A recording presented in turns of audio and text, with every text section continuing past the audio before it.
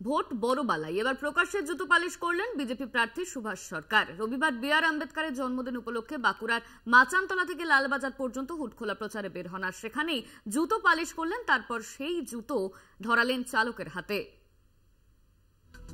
দুয়ারে লোকসভা ভোট প্রচারে চমক আনতে মরিয়া শাসক বিরোধী সব শিবির। ভোটারদের মনের দুয়ারে পৌঁছতে এবার জুতো পালিশ করলেন বিজেপি প্রার্থী সুভাষ সরকার। রবিবার বি.আর. আম্বেদকরের জন্মদিন উপলক্ষে বাঁকুড়ার মাচানতলা থেকে লালবাজার পর্যন্ত দলিতদের নিয়ে প্রচারে বের হন সুভাষ সরকার। হুটখোলা গাড়িতে চড়ে রোড শোতে অংশ নেন সুভাষ সরকার। হঠাৎই হাতে তুলে নেন নিজের জুতো। হুটখোলা গাড়ির ওপরেই ব্রাশ দিয়ে সেই জুতো পালিশ করতে শুরু করেন তিনি, আর পালিশ করার পরেই সেই জুতো তুলে দিলেন গাড়ির চালকের হাতে। বিজেপি প্রার্থীর দাবি, সংবিধান প্রণেতা বি.আর. আম্বেদকর জন্মসূত্রে ছিলেন সমাজের নিম্ন বর্গের।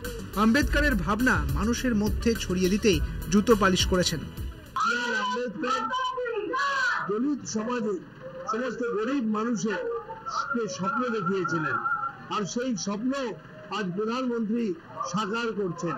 প্রধানমন্ত্রী নরেন্দ্র মোদী সমস্ত গরিব মানুষের স্বপ্ন যা বি.আর. আম্বেদকর দেখেছিলেন সেগুলো সব বাস্তবে রূপায়িত করছেন।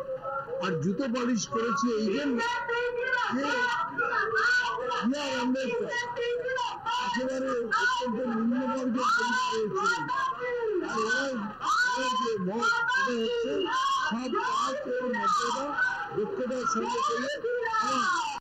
উনার খুবই খারাপ পরিস্থিতি, তাই নিজের জুতো পালিশের নাটক করছেন, কটাক্ষ তৃণমূল প্রার্থী অরূপ চক্রবর্তীর। জুতো পালিশ দেখিয়ে কি হবে? এ কি জনগণের জুতো পালিশ হচ্ছে? জনগণের জুতো তো পালিশ করেনি, জনগণকে তো ছুঁড়ে ফেলে দিয়েছে।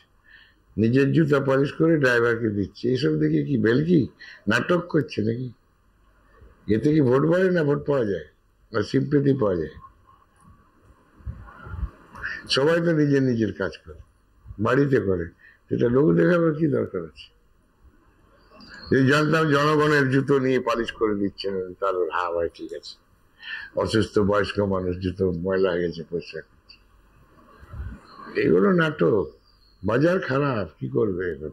এর আগে ভোট প্রচারে বেরিয়ে দাস খেলেছেন বিষ্ণুপুরের বিজেপি প্রার্থী সৌমিত্র খাঁ। ক্রিকেট খেলতেও দেখা গিয়েছে তাকে।